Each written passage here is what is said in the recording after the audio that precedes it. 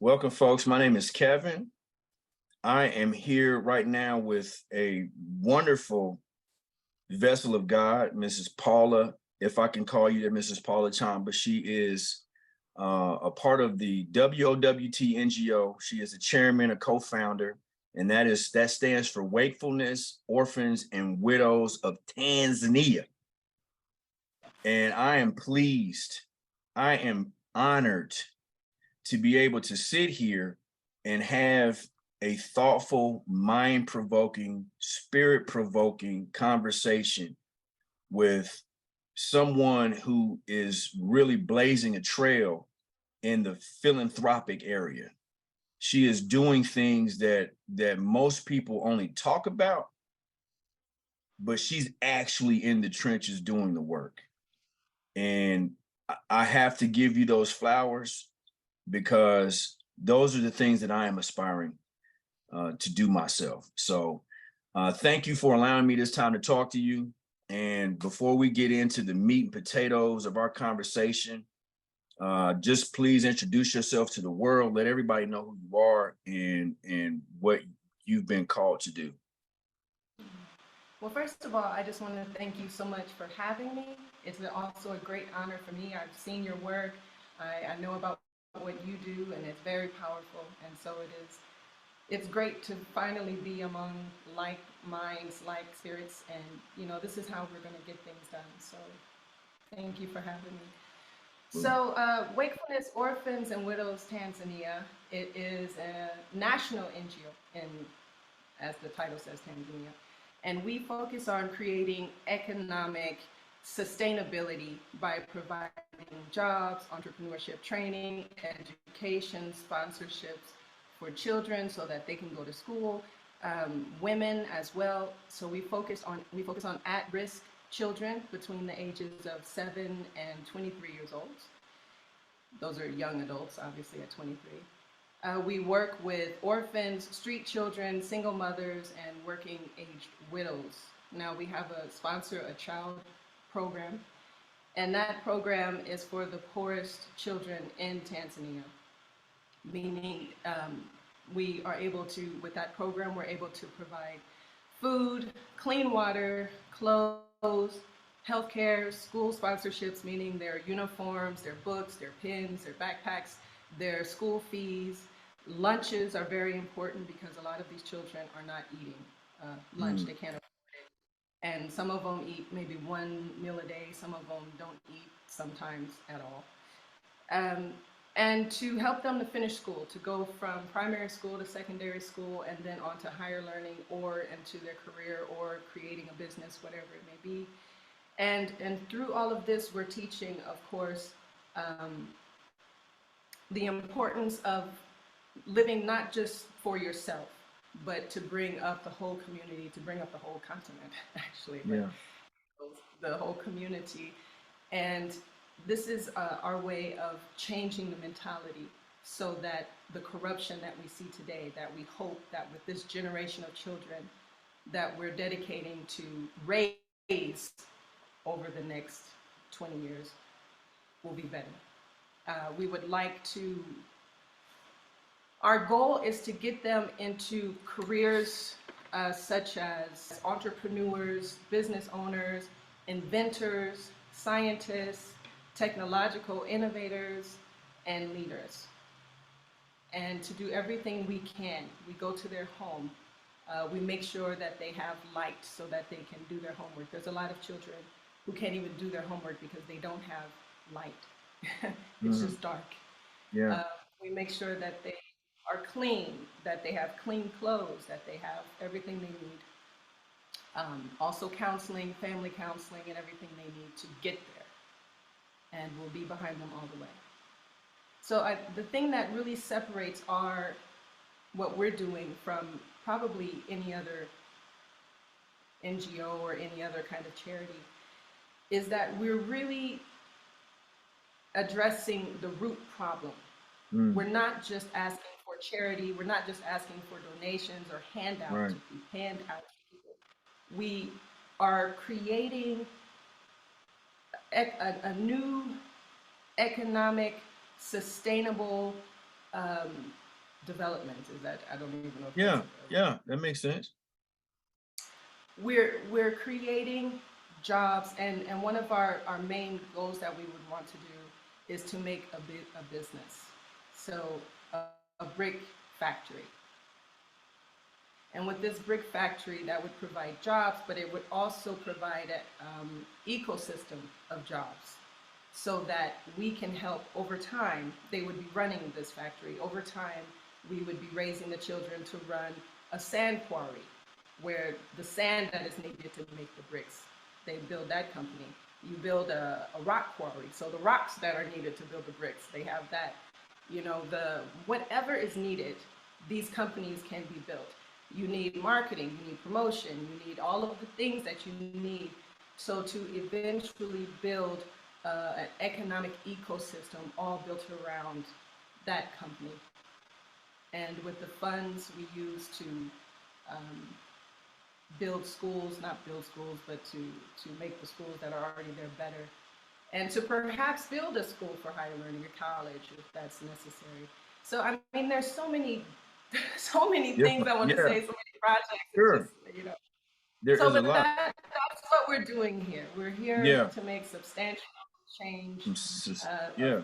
for people's lives that will keep them from needing charity in the future, but Right. where they can plan and build their own economic sustainable society and And unity. so I want to say this for anybody that's watching this. I want you to understand that Miss Paula is not just some individual that just showed up in Tanzania without any context, without any background, without any foundation. You have a degree from Temple University.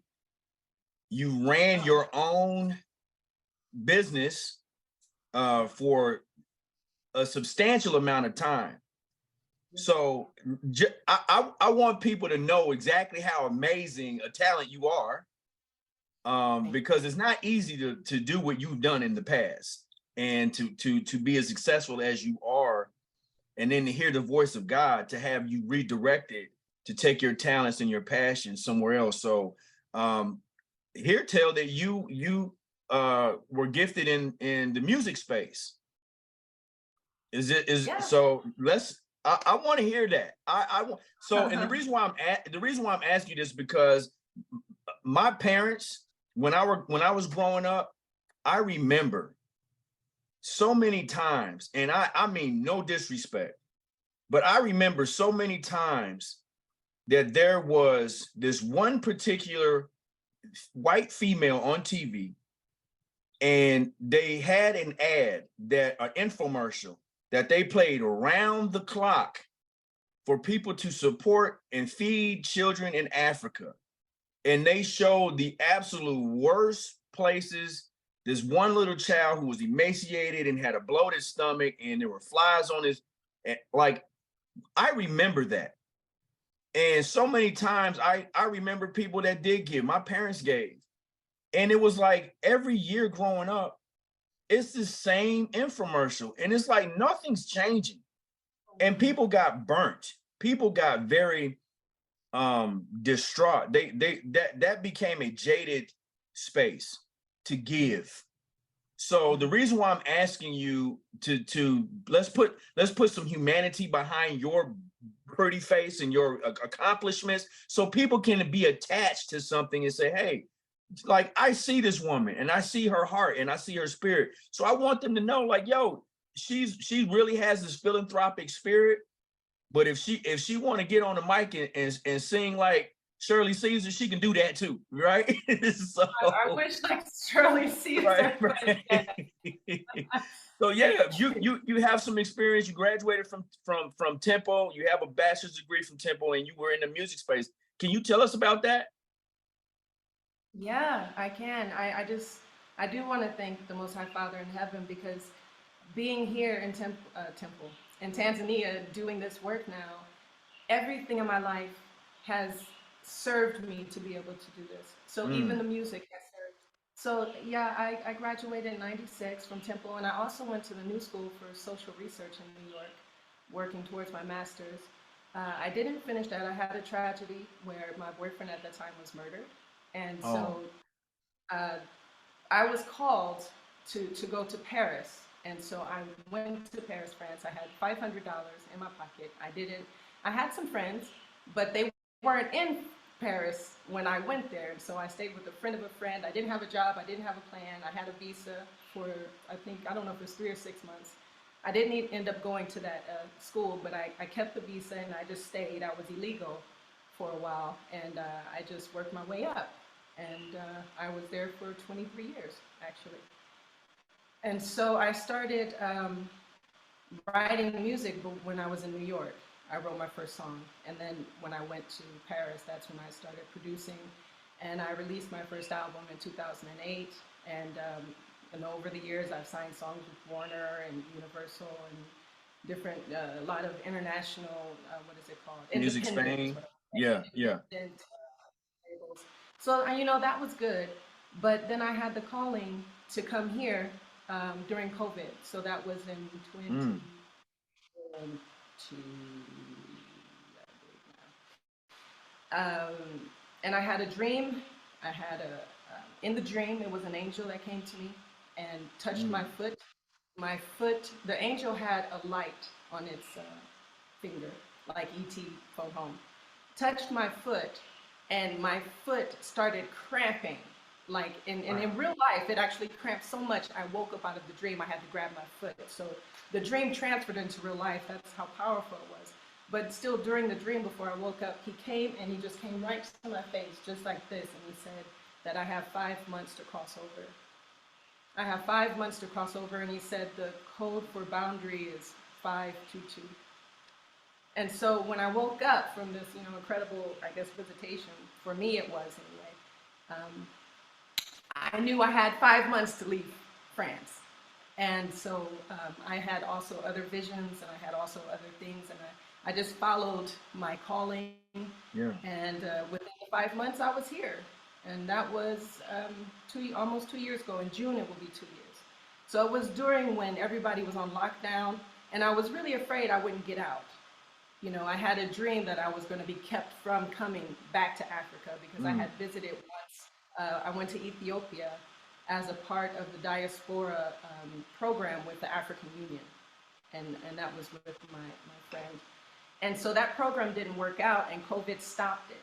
It stopped us from being able to travel to the Ivory Coast was the next trip. So I was afraid I was going to get stuck.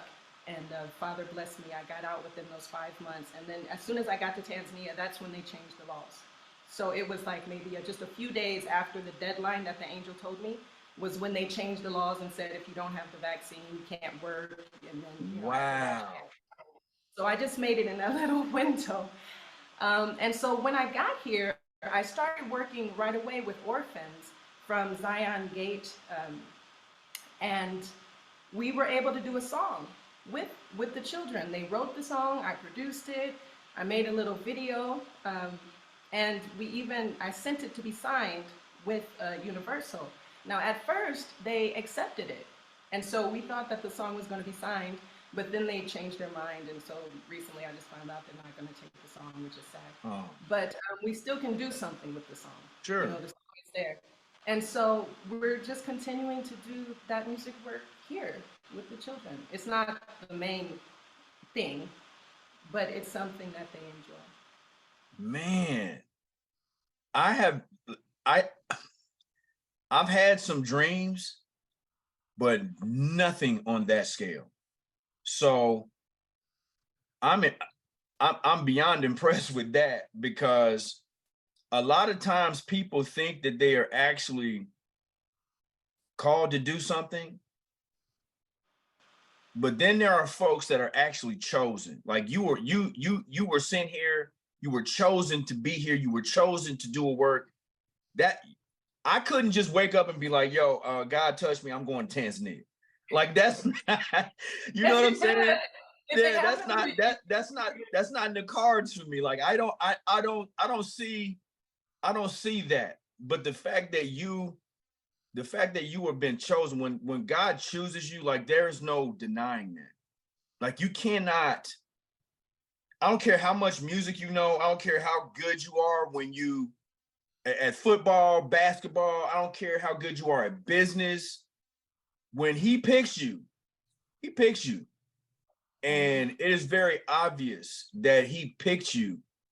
And so the fact that you are being obedient in that space, I'm enamored by that, one, because I know that when I hear someone say this, it reaffirms the fact that God's anointing is real.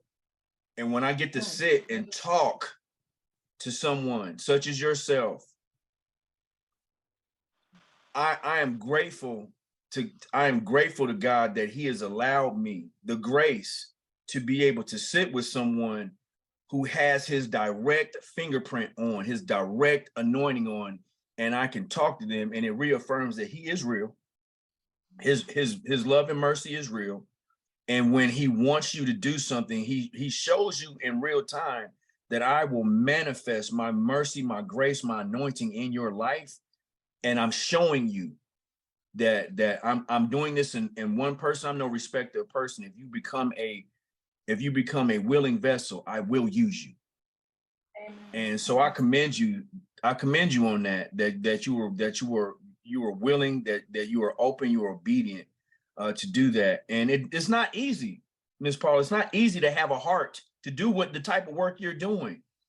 I know with this type of work, there has to come some atrocities. There has to come some long nights. There has to come some pain. There has to come some heartache. And you have to be a tender spirit and a tender soul to be able to entertain what you're doing. Like, I don't know how you're doing this, but God. Yeah, that's yeah, I've seen pictures. And guys, I'm gonna put these, like, you guys are gonna see that what she is boots on the ground. I saw a hut, and this really makes me, I feel shame. Can I say that? I feel shame. And the reason why I feel shame is because there are often times that I have walked around my house. I've got mad because my car, there was something wrong with the bumper. My car got scratched. Somebody dented the door. You know, I may not have a full tank of gas, or gas prices is too high, or the cable's not working, or, oh man, my internet, why is it going so slow? And I'm getting upset.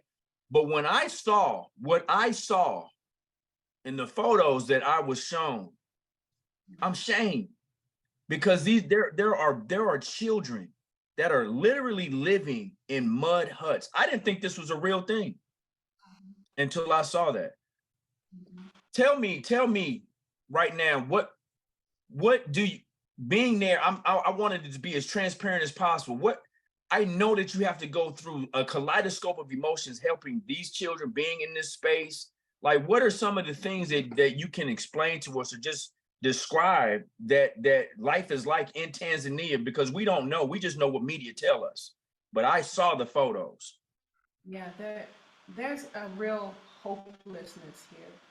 And I think it's hard for us to understand in America, because even if you're poor and out, you could be destitute in LA or wherever in a homeless camp. But, you know, even if it's not true, and we know it's not true anymore, we still have that American dream idea in our mind where, you know, that's why the Trumps, they can get away with it, because as long as we have a Trump, we can say, you know, one day that can be me if I just sell enough candy, if I just pull myself up by my bootstraps. Here, they don't have that. And it was the first time I've seen that in the world, in my experience, where, you know, they're born poor. And when I say poor, the world, what is it called? World Monetary Fund? No, the World Bank. The World Bank, they say that anybody living under $1 a day is extreme, absolute poverty if you live under $1 a day. So the average amount is $1.90 here in Tanzania. So it's within the 15 poorest countries in the world. Tanzania is in there. So the poverty and the hopelessness that I see here is just, there's no way to pull yourself up. Like, I mean, I'm not saying there's no way with the Most High Father in heaven, there's always a way, but I mean, you don't see a way. So, you know, the jobs, they don't have jobs here. You know, most of the jobs are in the tourist industry where I am in Arusha. Tourist industry, you have farming. The culture is 1/3% agriculture, 1/4 of the GDP is agriculture. And so, you know, societies that are based on agriculture are usually poor, but they don't have machinery here. So they're doing everything by hand. If you're picking, you know, maize or corn, they pick it by hand and they take and they one by one, they're sorting out, you know, so they're not really competitive internationally or anything like that. It's just, you know, 70%. I got some numbers for you here. Yeah. I just want to make sure. Okay, so 1/3 of the children here are in poverty, and 74% experience a multidimensional poverty. So that means they don't have access to good health care, nutrition, water, sanitation, housing, education, child protection, and 60% of women are in poverty. So when, for the first time when I visited one of the homes, it's literally just one room, you know. Now the rent to this one room, it varies, but I think it was like 15,000 shillings, which is about $7. So the rent for one of these places is maybe $7, and they can't afford the $7. It's too expensive. Like they still let's be clear. Let's be clear. One of these rooms is made out of straw and mud. This particular woman that you saw, yes, it was straw and mud. Not all of them are straw and mud. Right. But there's a lot that are. But yeah. Now this is another woman. Her name is Upindu, and we've helped her. We put her in our entrepreneurship program. We're helping her to get her own restaurant. We made a makeshift restaurant for her on some land over there that we have, and we put her in a better apartment because of donations and people who were generous. So we were able to use that money, and we got her into a better apartment. But when we found her, she's just in one room. She has 3 children, her daughter, and her daughter has a daughter, and then is it 3 or 2 children? And a grandson. So they were 3 in this one room, all sleeping on the bed. There's no electricity, there's no water, there's no kitchen, there's no toilet. So, I mean, it's just dire straits, you know, and they're just all sitting there on the bed in the dark, you know, just selling her food. And it's like, well, what can you do when you're in that situation? There's, you know, and so the woman that you're talking about that lives in the mud hut, when we met her, she asked us to take her children. She has 2 children and an older son. And she asked us to take them from her because she can't care for them anymore. She had cancer, and she washes clothes for a living, but you know that brings in very little money. And because she's sick, she can't keep that up. So, you know, a lot of these kids, when we went to the school to get, you know, because at the beginning, our main focus was to just help keep the kids in school. And so we went to see the state of their clothes, and it's just rags. I mean, they're in tatters. And so when we went to visit the homes, we understood why. Because they don't have running water. Like they have to go to the local church to get a bucket of water and bring it home, or they have to, I guess that's what they do. And it's, I don't know. Do you want more stories of how bad it is? Listen,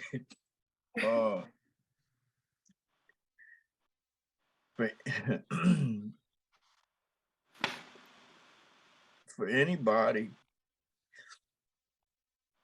that knows me,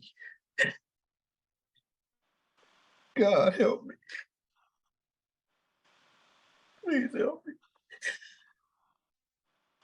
If you have a business,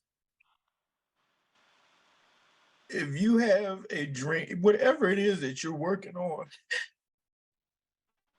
and you don't have a why,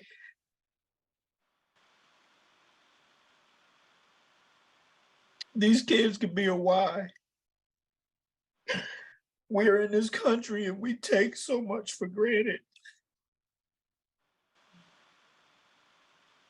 We oftentimes complain about inconveniences because maybe our Uber app ain't working or our DoorDash ain't working or we can't eat our favorite takeout or whatever. But there are people, there are children that are living with I've never heard of a multi-dimensional poverty in my life. If you don't have a why to why you're doing something in your life, and you're wondering why your business isn't growing, or you're wondering why your ministry isn't taking off, be grateful for what you have and be willing to give and serve, because it's not about you. Your life is not about you. It's not about you. Your problems are not about you. What you're explaining to me is ripping out. It's like God is just putting me through a meal right now and he's crushing me. You can take grapes and you can get the most beautifulest grapes from Venice, Italy, from Naples, whatever. You can get the plushest grapes in the world, but you'll never get that good wine out of it unless you crush the grape, unless you grind the grape. It'll never happen. And it's like God is really putting me in the mill and the press right now, and he's grinding for that new wine. Guys, if you listen, there's no sensationalism here. What you say, she's telling you that the children here are multi-dimensional poverty. This is deep. This is heavy. This is a mission. This is something that you can take on for yourself. You can support one of these kids.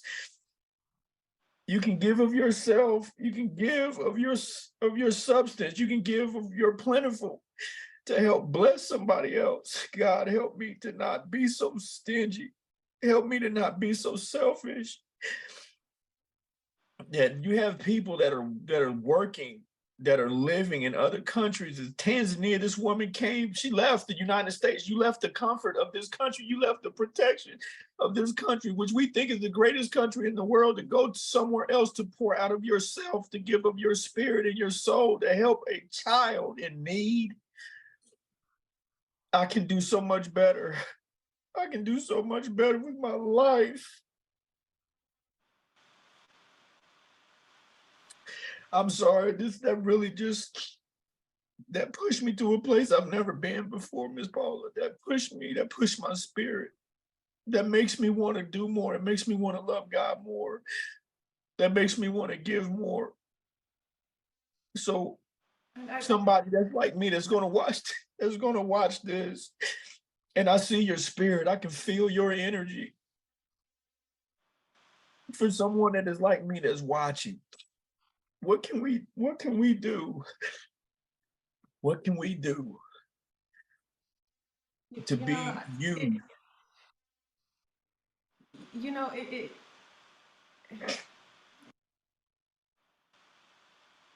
Honestly, the thing that encourages me, maybe before I go into the positive side, I'll just want to finish this one point. One of the things that makes me the most upset is how somehow the whole world has decided that it's okay to relegate a whole group of people with the label of you're not relevant, or you're not significant, or you don't matter, or this is what you deserve. And that's what breaks my heart the most.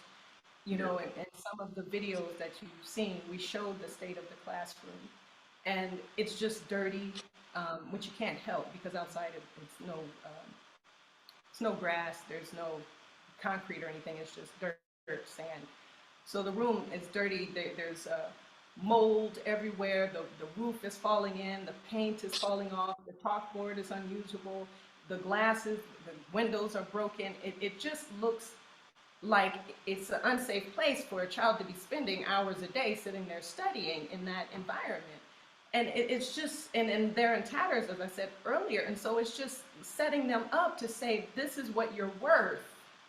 This is what you deserve. And that's what I don't want for these kids. Yeah. I don't want that for these kids, so that when they grow up, that they think that they're not worth anything and they should just be treated this way. And there's more. And they have such valuable possibilities in them. There's so many great things we can do, and this is where the Yeah, positive side comes in, is that it doesn't take a lot to change. And that's it one of doesn't. the blessings I've seen here is that, in America, there's problems. There's Yeah, problems in Europe, there's problems everywhere. But in yeah, America, it feels at least unsurmountable because yeah, of how much it costs and just yeah, all of the things against you. But here, it is almost, it's like a country that has been set aside from the rest of the world for yeah, a long time. I don't know how that happened. Maybe because they didn't sign certain loans or certain treaties with the world organizations, yeah, but they've been really relegated to isolation in a way from the West. So you don't have McDonald's here, you don't yeah. have eBay, you don't have Amazon, you don't have all those Western companies. There's a Pizza Hut. That's about as much as That's I've about it. seen. Um, and so, well, actually a KFC and a Pizza Hut, but that's it. There's no PayPal, there's none of those things. Maybe And that's a so blessing in disguise, though. that's what I'm saying. And Yeah, because of this, it takes, like I said, that woman's rent was $7. yeah, So just imagine for $25, she's living the life, not for yeah, us, but for her, she'd have yeah. a standard, a place Live. that is qualified for a human to be in, right? Yeah, yeah, So, even their education and their clothes and their food, it's so little money. And that's what you were explaining earlier. Like, I mean, I lived the life too. I jet set. I did. I mean, nobody gave me money. I worked for it. yeah, But, I had the good life too. And I remember how much money I just threw down the drain. There's something I'm learning here. And the word it's called turning cash, instead of turning cash, no, turning cash into a performing asset. yeah, So cash, especially right now in America with the banking system crashing, cash is a liability to the banks.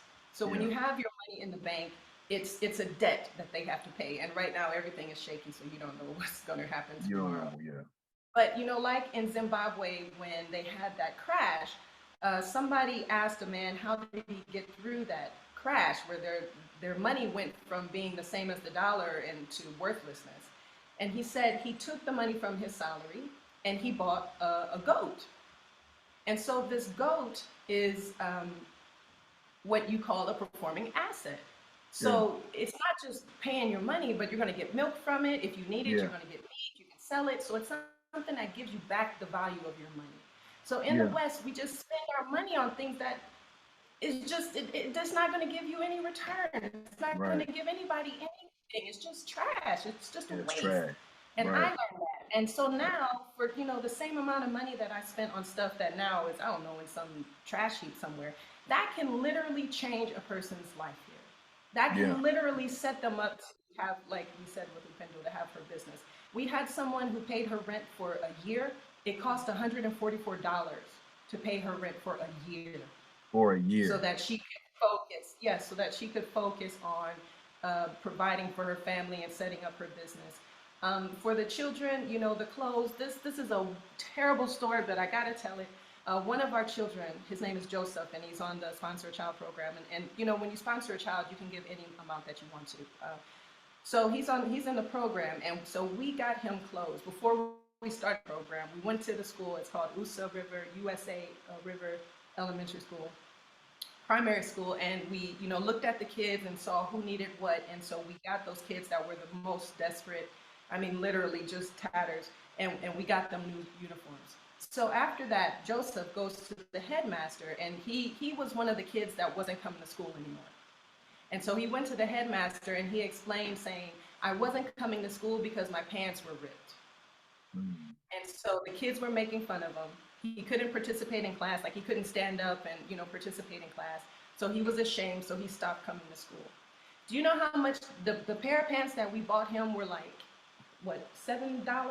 Not even that? $5? They cost maybe $5. $5 kept this child in school so that he can have a future. Wow. That and that for me is the hope, actually, because I can roll with $5. Right. In LA, I don't know if I can help you, but here I can do something about this. Yeah. $5 ain't doing much in LA right now. So Exactly. yeah. So Yeah. for me, that's the hope where we can actually, with very little money, just coming together and love and we can change people's lives Yeah. forever for the better. Yeah. And that's where, I'm seeing this vision. That's where the whole vision that I talked about at the beginning Yeah. starts to come. Yeah. Let's get to the brass tacks. What does this look like for someone? So I would love to sponsor a child, right? And I talk to this man is probably one of my closest soulmates. I love Drew. Like, me and him can sit on the phone. We've sat on the phone for 3 to 4 hours talking because, I drive, I have my own trucking company, whatever. And we have that availability to talk. And, we've done this and we've had some really deep, soulful conversations. And this came up several years ago. Drew mentioned to me, he was like, I'm gonna pray God send you to Tanzania. And I thought he was just joking. And I was like, bro, why are you talking about some Tanzania? Because I know when this man prays, things happen. At first it was a joke. And then I was like, bro, stop doing that. Stop doing that. Right? Because I don't play about that. And I want to give a testimony really quick about my relationship with Drew. I love this man. We met in 2013, and we've had this really kinetic energy that has really pushed me in a level that other people in my life really have never done before. And one day I'm here in my house, and it was almost as if God touched me. It wasn't like with the light on the finger, but it was like, hey, I need you to give this furniture to Drew and Robin. Out of nowhere, it's like, boop. I'm like, oh, okay. I didn't think anything of it because we went to buy new furniture. And so this is how the spirit works. And it gives me chills to this day. So I go over to Drew's house, and I'm sitting there talking to him and his son about this business idea that I had for his son with this t-shirt. And while I'm explaining the idea, Drew is sitting on the sofa. Nick is sitting right next to him, and I'm explaining. And the next thing I know, I get this smack again. Boom. Give him the furniture. And right in mid-sentence, I stopped. I was like, hey, would you like to have my furniture? Immediately, Robin is in the background. She starts crying. I'm like, yo, what's up? And Drew stopped. He was like, bro, you have no idea what you just did. Robin prayed because we needed new furniture, and we didn't have the money for it. And she was just like, I know Yahshua's going to provide. I know God, the Most High, is going to provide. And you don't even know what you just did. Man, when he said that, the hair on the back of my neck just stood straight up.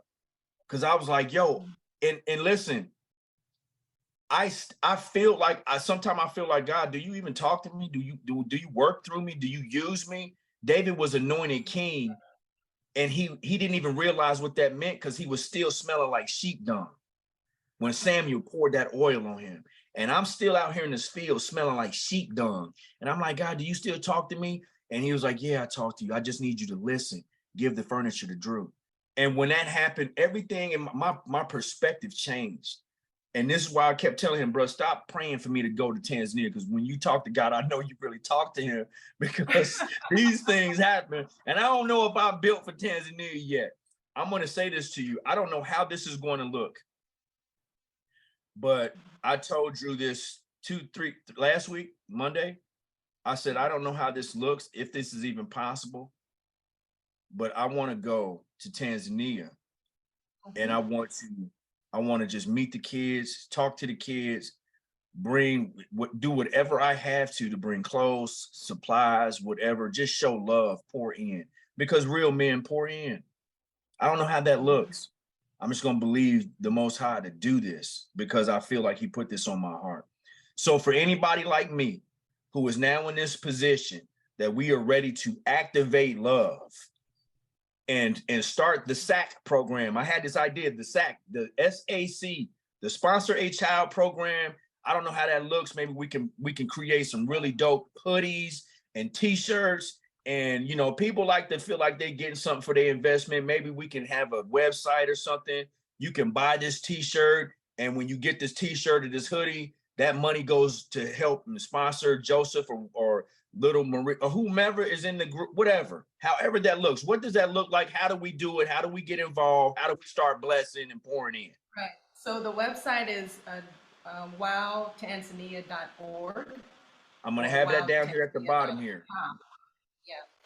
And when you go on the website, you see the Sponsor a Child page, and you just go there. You choose the child you want to sponsor. We have their photos. We have little pictures, and so you just click what you want, and you put sponsor, and then every month the money that you pledge will go to that child. If you know, the money is spread out, so you know it accumulates into help all the children in the end. But the money goes first to your child, and so we. We'll send every month a package to you. So when you first sign up, you'll get a little letter saying, welcome to the program. And then every month we'll send you something, an update on the child. You know, maybe they'll write you a letter, maybe they'll draw a picture. We'll take pictures and just send it to you and keep you updated so you can see the progress of how the children are progressing. But I tell you, Emmanuel, one of our children, he's my little boy. I adopted this one. Love him to death. He's adorable. You probably, some of the pictures you have probably of him. And, you know, when we first saw him, you know, I have the picture of when we first saw him. I can show you if you have time to let me find it. He was just like, you know, this destitute, these kids, they look like 23-year-old men who have been in prison, you know, and he's just, 7 years old or something, but he has that hard, like, that great look, But we've been loving on him now for a couple of months, and now he's just smiles, you know. I mean, there has been a transformation in this kid just from giving him some love, you know what I mean? We gave him some soap and some toothbrush and some clothes, but I don't think that's what made the transformation. Right. So, you know, yes, just every little bit that we show these kids, you know, you are not alone, you are loved, and there's hope. Absolutely. You know? Absolutely. And so, yes, go to the website, and it's a very good idea about the hoodies and all of those things, you know. Yeah. We'll get all those things out to people. Absolutely. So I love asking probing questions, especially because my mind is like, it's colorful. I have these thoughts every time I hear you say something.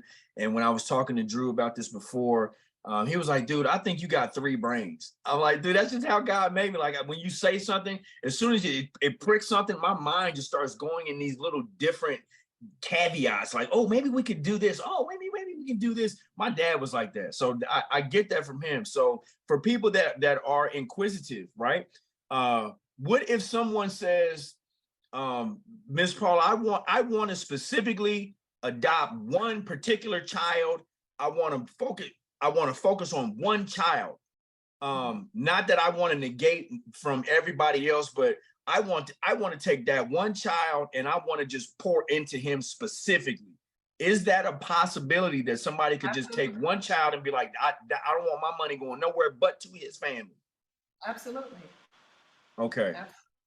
You just, in your notes, you just write what you want. When you go and you sign up, you have a place where you can sign your address, your name, all your information, and you can write a note and say whatever it is. So if you want, you know, all your money to only go to Joseph and you don't want it to pool, then absolutely no problem. But for example, some projects that we have is a well. We're not going to do it right now in this particular community because they don't own the apartment. But for example, in some other community where they don't have access to water, we could build a well. So that's going to help your child that you're sponsoring, but it's also going to help the whole community, all the kids, right? Yeah. So that's what I mean by, you know, after that child has everything he needs, you know, money can be used as well for a project that affects the whole community. Maybe, for example, now our budget for the NGO for everything we do is it's like $30,000 to run for a year. Okay. And that's 4 to years. sponsor, that's to make sure we have about 200 children at two different primary schools that we make sure they have lunch because like I said, some of these kids aren't eating lunch. They can't afford to pay for it. So the other kids go and eat and they just have to sit there at their desk. At this one Wow. particular school, they just sit there at their desk and they wait for lunch to be over and the other kids go and eat. You know, at some other schools, the kids, they have their little bowl of maize and beans and they take their hands and the kids are like this.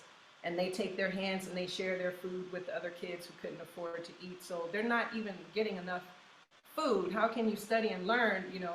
And so that's the program where we go to the schools and say what kid can afford lunch, and then we pay for their lunch, we pay for their school fees, we pay for their uniforms, and we pay for their supplies to make sure they can finish school. So that and the entrepreneurship and all of that, that's about 30,000 a year. Okay. Now that doesn't include a bus. We need a minibus because you know right now we're renting a car to go and pick up the kids and take them shopping, pick them up, take them to the hospital or whatever needs to be done. But eventually it would be nice to have our own little minibus so we can pick up Your the own. kids. Yeah. Yeah, exactly. And computers. So we Okay. have somebody that's pledging to renovate one of the classrooms.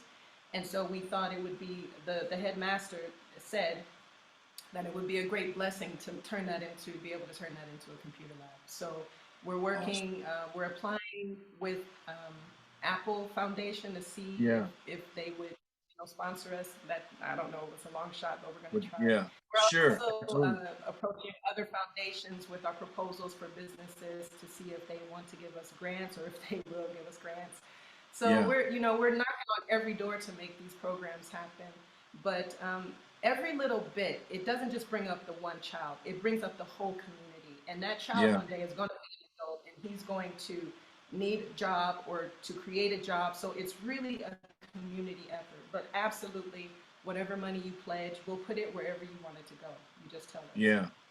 Okay. So now that we see that, you know, you have you have folks that are willing, but you know, you still gonna have some folks that's gonna say, well, you know, what about taxes? Can I write this off? But is there a way for those particular people that won't donate unless they actually can tell Uncle Sam, hey, take this off my bill because I donated $1,500 or whatever.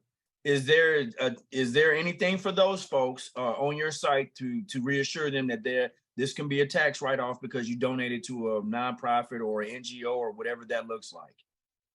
I wish that were the case, but it's not Okay, yet. And I'll tell not you yet. why. Because we're a national NGO. Okay, So in order for us to apply in America to get, you know, that status, we would be an international NGO. okay, So that can happen it one day, can. but Okay, right now we're just landing and we've been working for, like I said, I've been here 2 years in June. So okay, the the cost of operation is not the same for a local NGO as it is for an international NGO. international. Okay, Much more expensive to okay, set up and to the hoops that you have to jump through to get it legalized and all that thing is r- much more. okay, okay. Also, I find that when you're trying to get grants and these other things, they really prefer local NGO as opposed to, you know, an International. international. Yeah, it just, it's what a lot of people are asking for as far Yeah, as grants. But it is something that I know that people do want, and I know that that would help. So yeah. we are looking into it. But for example, there's one program where I think you have to pay $1,000 for the fee to apply to be registered, so that you can do that. So the Hmm. fee is $1,000, and Yeah. so we just don't want to put that there right now. We Right, want to right, right, just right. get the foundation, get the programs up, get everything started, and then maybe, you know, when we're not in the red anymore. Because for the moment, I don't know if we sound like we're rich or something, but all the money is coming from our own pockets. We're Sure. sponsoring this. That Yeah. 30,000 we talked about is coming from, Your own you know, pockets. money we had when we got here. Right. And we don't have the ability to continue that way. It's Sure. not, that's, you know, we're Absolutely. not there. Absolutely. And so the money has to um, the money has to come for us to do all these things. So I kind of lost my train of thought there. I had asked you about, you know, the tax write-off aspect, and you Oh, were going right. into, yeah. So yeah, so we're really just we're like on a shoestring budget. You know what I Sure, mean? Thankfully, what we need is not a lot, so we can get by. But to do all the things we need to do, it's more. So we don't want to take $1,000 and put it into that sure. right now. Right. But in the next upcoming years, when we're more, you know, established, the children are on a roll, so to Yeah, speak, then we can. yeah. Then you can do that. And I don't know if we actually got into this before, but just to recap, just to make this, we can look at your situation now in technicolor, so to speak, right? What does $1 look like in your, so if somebody gave, let's just say I gave you $250, right? What does that look like? Well, how does that translate in Tanzania in a day in the life of a Tanzanian person in your village or one of your children? What does that look like in their life? $250, that's a lot of money. So, like I said before, we paid the woman's rent for 1 year with $144. So $250 we can take, for example, Joseph, he has the three children, uh, little Joseph Jr., Aziza, and Emmanuel. And you might have pictures of them. I mean, just their mother left because I think it was a domestic situation.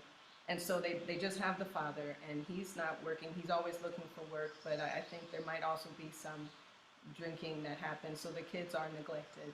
Um, they sometimes they don't eat. They are their clothes. I just saw a picture of the little girl, and she's just wearing this dirty dress. That's just I just can't.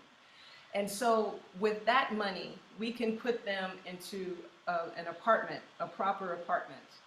We can hopefully try to counsel the father and get him straight and try to get him some employment. We can make sure that they're eating, that they have clothes, that they have everything they need, that they're in school, and that can be a whole year budget to get this family on the right path. Now, it is difficult because the implication on our end is not just giving money. The Right. implication on our end is that we're like a surrogate parent. So we have to go every week and check that the kids are eating, check that the kids are clean, check that their clothes, if their clothes aren't being washed, we need to hire somebody to make sure they're washing their clothes. If they're not Right. eating, we need to hire somebody to make sure they're getting the food. They don't have a kitchen. They just Right. have one room where those four people are sleeping and the kids sleep on the floor. They don't Oh have man. lights. So, you know, if it's raining outside, they can't cook because they cook by open fire My outside. open fire. So we Yeah. can get them lights, we can get them a stove, we can get them, we can even get them a refrigerator. You know what I mean? Yeah. We can. You're right. So the implication is not just money, but with that money and our time and you know it's also prayer, like we said with Emmanuel's father. It's prayer and counseling and giving him hope that we pray that he can change and be able to take over the reins of the family so that he won't need charity anymore. Do you see what I mean? You're right. Right. Or at least give these children a chance to grow up, get their education, and get their own jobs so they can break that cycle of Yeah. poverty. So that Absolutely.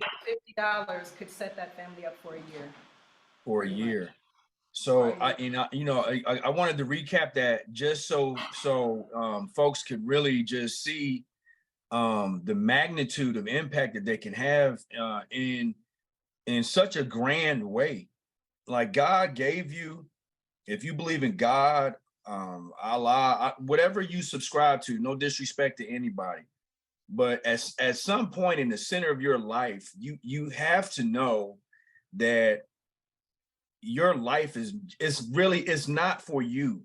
Like your life, you're not living your life just for you. Like you have to leave a mark somewhere.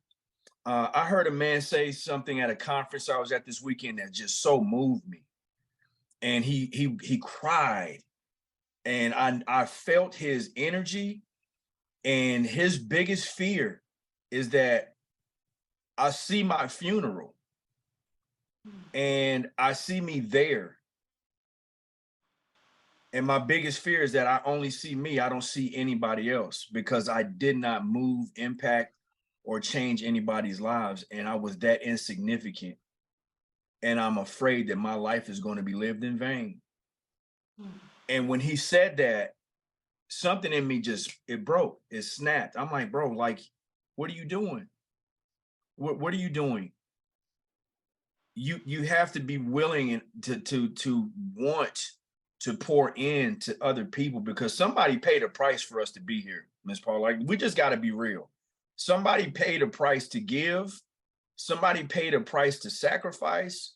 Somebody paid a price to love. As Black people, and this is not negating anybody else, but as Black people, we have a predisposition to love as a people in general, because of all of the turmoil our ancestors had to go through. They had to find love somewhere to survive. They had to.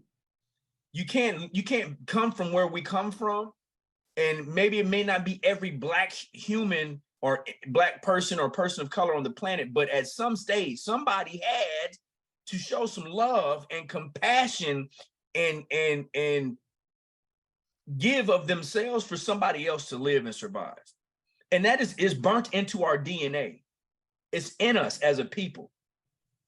And sometimes we often wonder, why are Black folks so forgiving? It's just in our DNA. It's just who we are. We're just built to love. We're built to forgive. We're built to give. We're built to just build and become and show and strengthen and fortify. That's who we are as a people. So having said that, if you are watching this and anything that has been said in this interview even slightly moved you, we're not asking you for $1 million, even though I know there are some folks that could cough up 100,000 like it ain't nothing. We're not asking you for that. This was not even this wasn't staged. This is something that I felt like I wanted to do because I am intrigued by this work. My best, closest friend and confidant, this is all that he lives for, he talks about. And if he is into this, and that's my guy, that's my man, then I'm into this too, because I love this guy. So I wanted to shed some light on this. I wanted to do whatever I could do to make your life a bit easier. I wanted to put some color on how much a dollar goes in Tanzania, so that anybody that's watching this, if you have been slightly moved, we're not asking you for $1 million, 100,000, $100. If you want to give whatever, get whatever. Just give. And listen, I don't want anybody to give that don't want to. We don't want your money. We want those of you that want to give because you want to have an effect in somebody else's life. You don't want to just be a selfish individual and leave this earth without leaving your mark. So if you want to make a change in somebody's life, these children need you. Ms. Paula needs you. This organization absolutely welcomes your gift.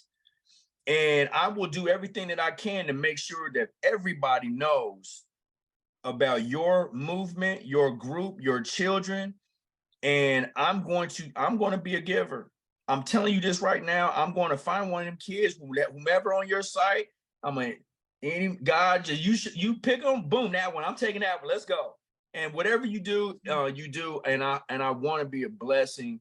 And hopefully one day I can come to Tanzania and, actually physically love on these children, if that's even allowed, to come there and just pour in and be a part of something that I believe is going to be a magnificent change in that area. Yeah. I just want to say, though, that you're welcome, and I'd love to have you. You're incredible, and you have an incredible anointing, and you're such an inspiration. So, again, thank you for having me. But I just want to, when people come to Tanzania, if you want to think more about giving time in your life. Like, I mean, of course, you can come for a week or two. It's fine if you just want to be casual. But as far as what I want to say is, we're not having a thing where we'll have lots of people come for a Sure. week or two and see the kids and then go. That actually is not helpful because there's a Mm, lot of organizations here that they're called volunteerist groups. And so people come for a week or two and they spend time with the kids and then they go. And then the next rotation of people, they come, they sing songs, they plant trees, and then they go. And it just doesn't really help the kids. It mm, doesn't make changes. So yeah. I would call for people, if you feel some kind of something stirring in you, to consider coming for a year or 2 years, how Yeah. much time you have to give, and consider your skills, Yeah. so don't come and say, I want to teach, and you've never taught a day in your Right. life. Right. If you're a teacher and you want to come teach, if you're a doctor and you want to come, give medicine, or if you're a singer and you want to come and do a choir, whatever it is, Whatever. Yeah. come with a skill in mind, come with an amount of time where you can actually make a Make a change. difference. I got you. Yes, Yeah. because it's hard on the kids. They come, Yeah. people come, they get attached to them, and then Yeah. they Yeah. leave. And the next person comes, and they just don't. It's like they're in a zoo or something, and people make a lot of money doing that kind of thing, and it's just not Mm, who we are. And it's not what we do. that's not what you But do. no, but everybody is welcome. Please do, Sure. but consider a bigger amount of Thank time. you. Yeah. Thank you for painting that picture because I was like, sometimes, so um, i- i- intentions do not negate impact, right? So my intention, I said this, I've said this before. My grandmother used to say, the road to hell will be paved with good intentions. So, right. Yes, So, yes, yes. so my intention is to come and just take all of Kevin and just love on the babies and just, oh, I just love on you. And then they like, okay. And then a week and a half, 2 weeks later, I'm gone. And they like, Where where's is he? Kev? Right. So yeah, I can see how negative that impact could be, and it could create another realm of trauma, and you don't have any stability, and so you don't know how to organically and naturally build a relationship with someone that is sustainable because you're used to people just coming in and out of your life like it's nothing, and so you just don't have no problem coming in and out of somebody else's life like it's nothing. So yeah, I see that. And also, there's a thing here. It's called Mzungu. Mzungu it's a word for foreigner or white man, and there's just been this culture of the white man. I'm just going to use that name as um, I say that because of colonization. So they have Yeah. Dutch, they have people coming, and they come and they give, and they're like, give me, and then they leave. So one of the things we're trying to break is this idea of just give me, and we're trying Give to me. get them to build their own, Oh to have their yes. own machinery, have their own education, have their own businesses, have their own, and that's Yeah. that's what we're trying to get to, and that's why this program is very different from probably any other, Yeah. honestly. Um, and so, even though, like you said, the intention is good, and I don't think it's bad, especially someone like you who is coming to promote the program. So Yeah. that is a different function, and you can enjoy it at the same time, enjoy the children. But on a large scale, like inviting, just floods of people to just come for Right. a week or 2 weeks, Yeah. that's Yeah. not good. Yeah. We definitely not. Yeah. We don't want Want to to do that. come, give it Yeah. up. Say, Father, I'm gonna go over there and I'm gonna give a year. I'm Yeah. gonna give 8 months, and then come with ready to work with a project, with an idea, with skills, and we can actually do a lot in that time. We can change Okay. people's lives Yeah. forever for the good. Absolutely. Man. I could probably talk to you for 2, 3, 4 more hours. Like you're rich with information. Your passion comes through your speech. Your words do not betray you. Most people that I've talked to, well, not most, there have been a significant amount of people that I've spoken with that not in this particular aspect of life, but in whatever vein, whatever lane that they're in, their speech does not match their action. And so their words will betray them. But speaking to you has been refreshing. Is your ministry, and I say this with so much respect, your ministry and the mantle of anointing that God has put on you to do the work that you have done is like an astringent to my soul, and it has helped cleanse some of the Americanized, selfish, self-induced, what me, like it is really, it's like an astringent. Like I have, I'm moved, but man, you prick my heart, man. Like you really have. And I know, you're speaking what is real in the world in which you live. And that God just really opened that window and said, bro, you're not as sweet as you thought you was. I mean, you think you good at what you do or whatever, and you think that you're sweet, but there's so much more that you can be doing.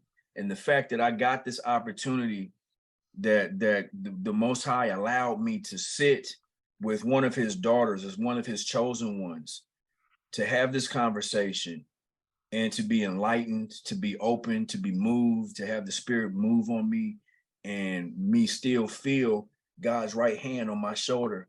Like, son, I got you. I know that you mean well, and we're going to get you to where you need to go.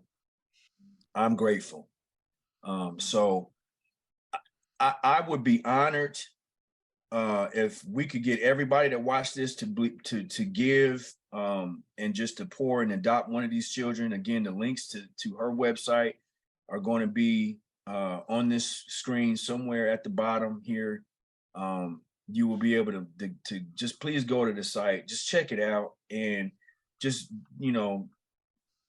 put the human side back into life. Just be human and look at these children as human beings that actually have a future. And what if your child was in this situation? Just if you don't believe in anything, just believe in the goodness of humanity, and please see them as potential doctors, lawyers, whatever, not just poor Black African children that are in multi-dimensional poverty. You really, man, that you embossed that in my spirit. Like that word will never leave me, right? So thank you for your time. I definitely want to do this again. With your permission, can I be allowed to put some kind of link on my link tree on my IG for people to see, to be able to be directed to your website so that they can pour in? I'm going to see if I can create a hoodie or a t-shirt of some sort, a really sweet design that people are like, oh, that's really dope, I want one, and present that to you. Hopefully you can be able to utilize that to to sell on your website. And awesome. Yeah, and I want. Sorry, go ahead. No, I was just going to end by saying I just want to be able to be a blessing and add some value to what you're doing. Thank you so much. You are a godsend, and I give all the praise, glory, and honor to the Most High Father in heaven. It's all because of Him. He loved us first, and yeah. It's Him loving these people, and we make sure that they know that it's the Father that's loving them. I just wanted to say for the website, I wanted to make sure I said the right one earlier. So it's WOWTanzania.org, WOWTANZANIA.org, or WOWTNGO.com. So WOWTNGO.com. And that stands for Wakefulness, Orphans, and Widows Tanzania. Awesome. I would be honored if you would close out our interview with a prayer, and just again, before we end this, thank you sincerely from the center mass of my heart. Thank you for allowing me this time to be in your presence, to speak with you, to interview you, to get into your mind and understand the life that's on the ground there in Tanzania and what we can do to help. Thank you so much for allowing me to be a part of that. I appreciate this so much. Thank you for the love. I haven't received this much love in a long time. So I'm kind of rusty at receiving. So, but thank you. And You're very welcome. glory to the Father.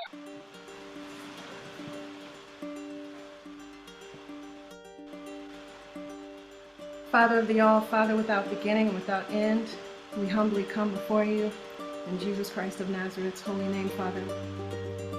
And I just thank you for this opportunity to meet a brother in Christ, Father, a brother that you've sent through all the channels and you've brought us together, Father. This is amazing. And you've told me that something like this would happen. I knew that an interview would happen, Father. You were whispering this to me over a few months, and this is what it is. I didn't know that it would be this, Father.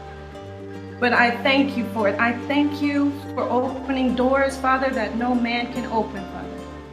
I thank you for closing doors that no man can open, Father. I know that all things that you are doing is for our good. And I know that you will change the lives of these people forever, Father. I know that you will use this video and you will use this brother Kevin. You will use him to get this word out to people, to touch their hearts, to touch their minds, to touch their souls, to touch their spirits, and to move them to join in this movement. You will touch them, Father, to join together to change people's lives forever. Not only individual people, but community, Father. And not only community, but Africa on a whole can be changed from what we're doing here, Father. And it will be all in your name for your glory, God. We thank you for using this opportunity to bless these people, the people that are seeing this video, the people that will give, Father, and donate, Father. I thank you for blessing them, Father. I thank you. I ask you to please give them a portion of the blessings that come from the good fruit of this ministry, Father. May they receive that in their lives, Father. I ask you to return back to them tenfold, whatever money it is that they give and they pledge to these children, Father, may they receive it back tenfold, Father. And I ask you to heal them. I ask you to help them come closer to you, and whatever it is that they need in their lives, Father, I pray that you supply it. We love you and we praise you and we give you all the glory and the honor. In your holy Son's name. Amen. God bless you. God bless you. God bless you. I felt that. I felt that. Thank you so much for your time. We're definitely gonna do this again. And I cannot wait to see God move in your situation the way that I know that he's going to. So, thank you so much. Guys, please tap in, go to the website, give. Thank you all that do give. Thank everybody that did watch this. And again, Ms. Paula, thank you for your time and for your work in Tanzania.